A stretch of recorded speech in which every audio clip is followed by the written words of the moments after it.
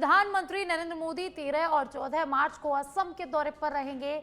PM Narendra Modi Kokrajhar, Guwahati और सिलचर में 47,800 करोड़ रुपए से ज्यादा के प्रोजेक्ट्स का उद्घाटन और शिलान्यास यहां पर करेंगे। पीएम यहां से नॉर्थ ईस्ट के लिए 3 नई ट्रेनों की शुरुआत भी करेंगे और जारी शेड्यूल के अनुसार पीएम नरेंद्र मोदी 13 मार्च को दोपहर 1:30 पर कोकराझार में 4,570 करोड़ रुपए से ज्यादा के प्रोजेक्ट शुरू करेंगे।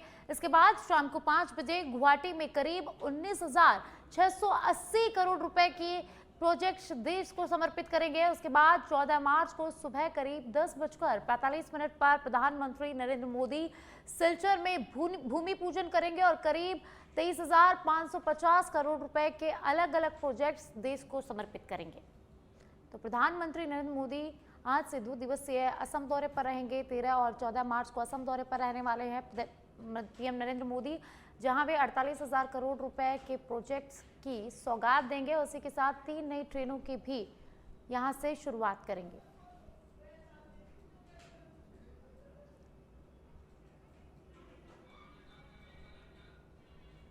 जयपुर से खबर है, जहां 31 मार्च तक सरकारी अधिकारियों कर्मचारियों के अवकाश पर रोक लगा दी गई है। वित्तीय वर्ष 2025-26 के समापन को देखते हुए यह फैसला लिया गया है और सभी विभागों कार्यालयों पर आदेश लागू किया गया है। अत्यावश्यक या आपातकालीन स्थिति में ही अवकाश यहां पर मिल सकेगा। पहले से स्वीकृत छुट्टी भी केवल जरूरी हालात में ही उपभोग। कार्यालय कार्यों के समयबद्ध और सुचारू निष्पादन के लिए निर्णय लिया गया है। सभी अधिकारियों और कर्मचारियों को निर्देशों की पालना करने के आदेश यहां पर दिए गए हैं। मुख्य सचिव वी श्रीनिवास ने आदेश जारी किए हैं। तो कार्यालय कार्यों के समयबद्ध और सुचारू निष्पादन के लिए यह निर्णय लिया गया है। मुख्य सचिव वी श्रीनिवास ने आदेश जारी किए हैं। सभी अधिकारी कर्मचारियों को निर्देशों की पालना के आदेश दिए गए हैं। मुख्य सचिव वी श्रीनिवास ने आदेश जारी किए हैं। तो जयपुर से एक खबर हम आपको बता रहे हैं, जहां अधिकारियों के अवकाश पर मार्च महीने में रोक लगा दी गई। जयपुर से खबर है, जहां राजस्थान विश्वविद्यालय में रिटायर्ड कर्मचारी को 300 दिन के पीएल का भुगतान नहीं मिला है। 8 महीने बाद भी सेवानिवृत्त कर्मचारी को अवकाश राशि यहां पर नहीं मिल पाई है। ठेका कर्मचारियों के वेतन से हर माह ईएसआई पीएफ कटौती का आरोप। कटौती के बावजूद कर्मचारियों को ईएसआई कार्ड नहीं मिलने का दावा यहां पर किया गया है। पीएफ की राशि भविष्य निधि कार्यालय में जमा नहीं करने का आरोप भी यहां लगाया गया है। राजस्थान विश्वविद्यालय सेवानिवृत्त कर्मचारी एसोसिएशन ने कुल सचिव को इस मामले को लेकर ज्ञापन सौंपा है। नौकरी जाने के डर से कर्मचारी शिकायत नहीं करते हैं, एसोसिएशन ने कहा। पीएफ की राशि भविष्य निधि कार्यालय में जमा नहीं कराने के आरोप भी यहां पर लगे हैं। राजस्थान विश्वविद्यालय सेवानिवृत्त कर्मचारी एसोसिएशन ने कुल सचिव को ज्ञापन सौंपा है। इसी के साथ एसोसिएशन का कहना है कि नौकरी जाने के डर से कर्मचारी शिकायत नहीं करते हैं।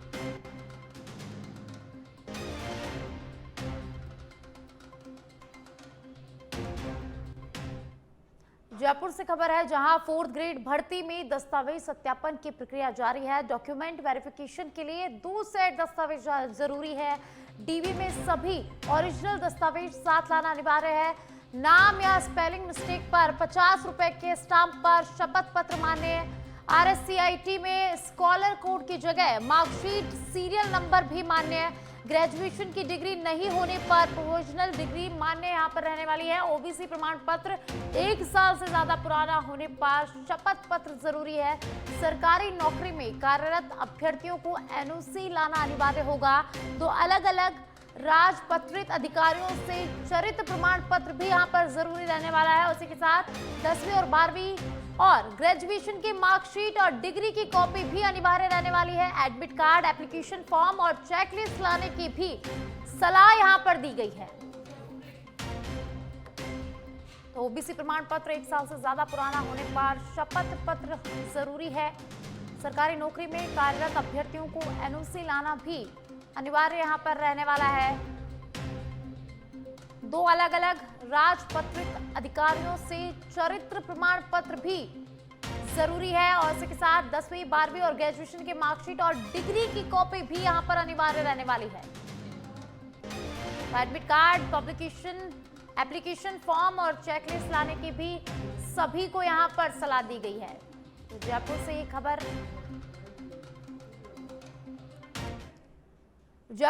है जहां राजस्थान कर्मचारी चयन बोर्ड से खबर सामने आ रही है। कृषि पर्यवेक्षक सीधी भर्ती 2026 के लिए आवेदन विड्रॉ करने का अंतिम मौका 13 से 15 मार्च रात 11:59 तक आवेदन वापस ले सकेंगे अभ्यर्थी। कृषि पर्यवेक्षक भर्ती परीक्षा 18 अप्रैल 2026 को आयोजित होगी। 1100 पदों के लिए ये कृषि पर्यवेक्षक सीधी भर्ती परीक्षा आयोजित हो रही है। बोर्ड ने अभ्यर्थियों को ऑनलाइन आवेदन विड्रॉ करने की सुविधा यहां पर दी है। आवेदन विड्रॉ करने वालों के आवेदन बोर्ड द्वारा स्वीकार नहीं किए जाएंगे। भर्ती से जुड़ी अन्य शर्तें पूर्व विज्ञप्ति के अनुसार ही यहां पर रहने वाली है।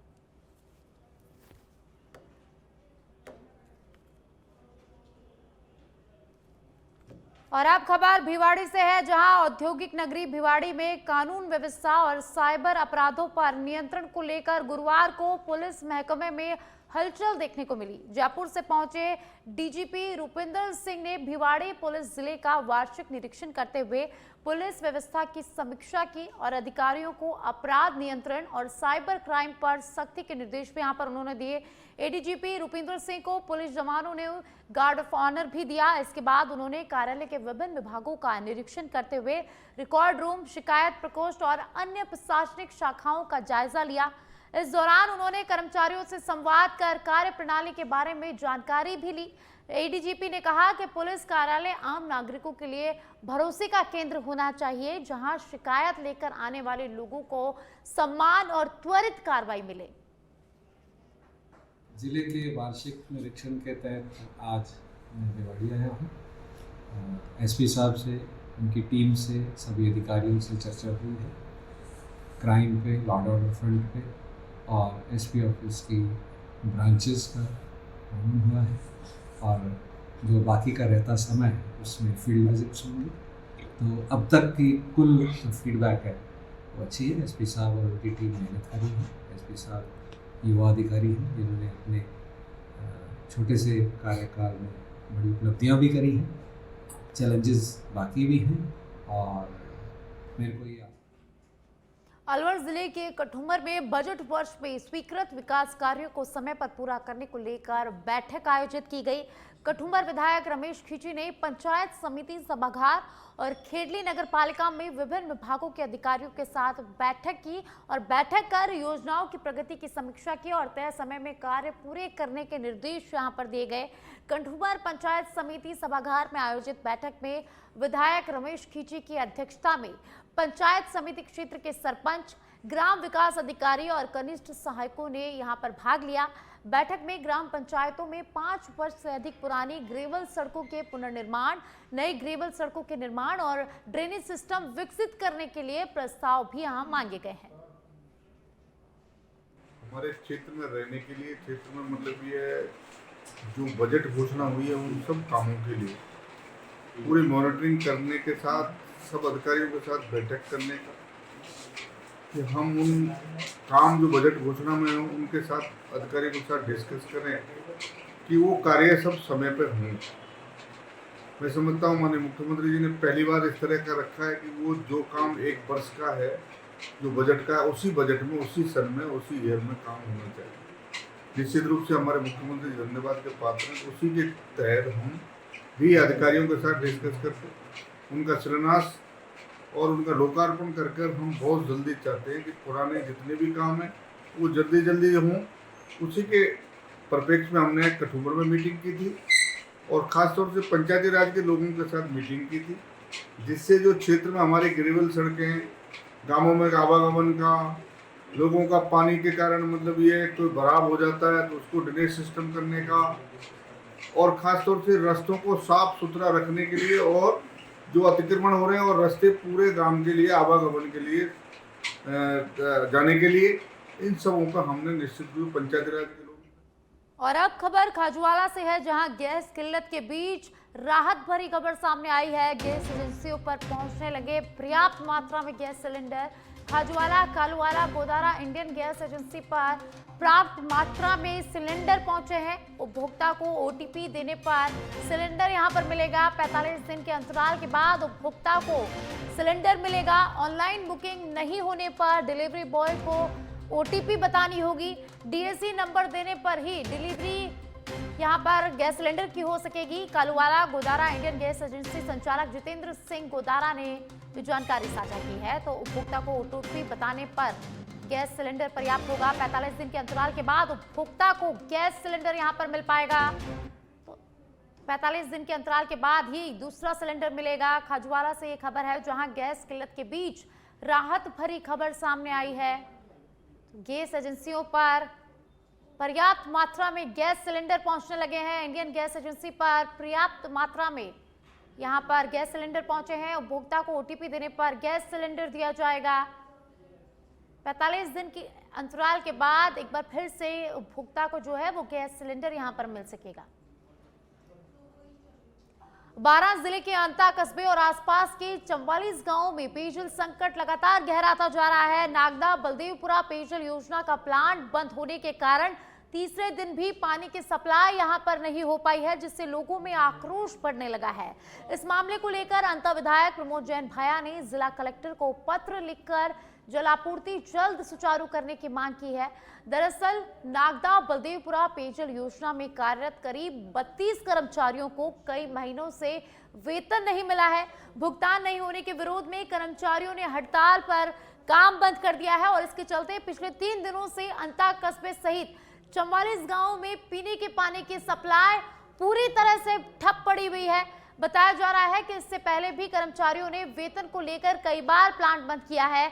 बार बार प्लांट बंद होने से क्षेत्र के लोगों को पीने के पानी के लिए काफी परेशानी का सामना करना पड़ रहा है, परेशानी उठानी पड़ रही है और लोगों में इसके चलते काफी नाराजगी बढ़ गई है। लोगों में भारी आक्रोश यहां पर देखने को मिल रहा है।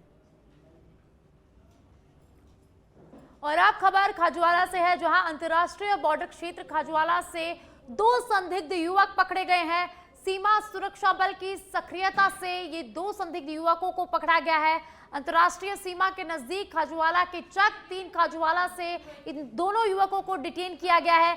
एक युवक ने बीएसएफ की ड्रेस पहनी है। 24 वर्षीय सतनाम सिंह और 19 वर्षीय दलजीत सिंह को हिरासत में लिया गया है।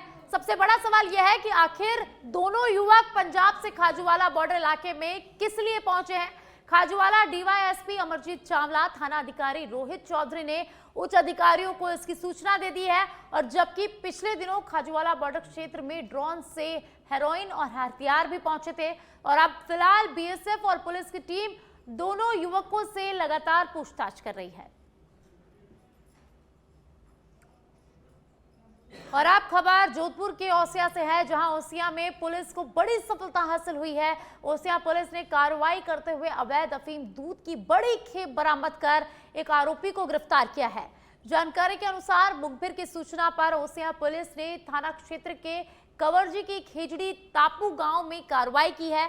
पुलिस ने एक किसान के खेत से और एक घर पर दबिश दी और दबिश देकर करीब 20 किलो अवैध अफीम दूध यहां से बरामद किया है।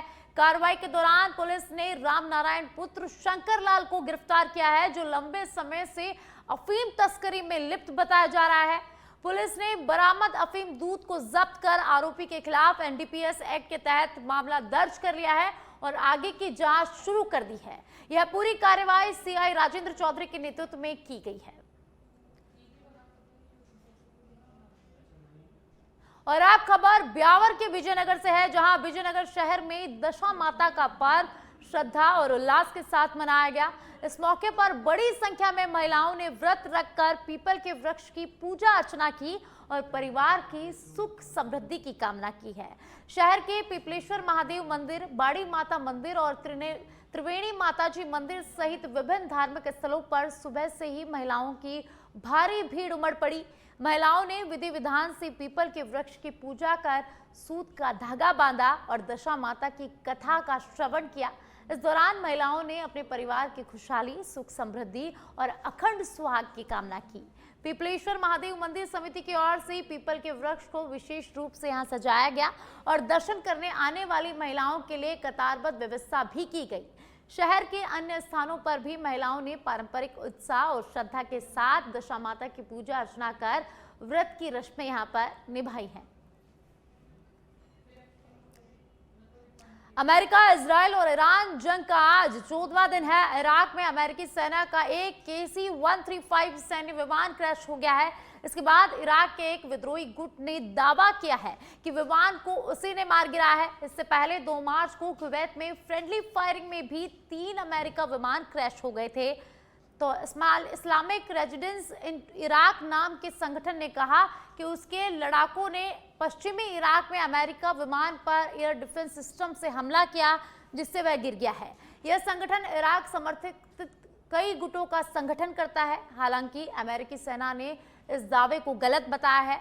अमेरिकी सेंट्रल कमांड के मुताबिक 2 अमेरिकी विमानों से जुड़ी एक घटना हुई थी। इसमें एक विमान पश्चिमी इराक में क्रैश हो गया, जबकि दूसरा विमान सुरक्षित रूप से इजराइल में उतर गया है। अमेरिकी सेना का कहना है कि विमान किसी हमले या गोलीबारी की वजह से नहीं गिरा। सेना के मुताबिक हादसा ऐसे इलाके में हुआ जिसे वह फ्रेंडली एयर स्पेस कहते हैं।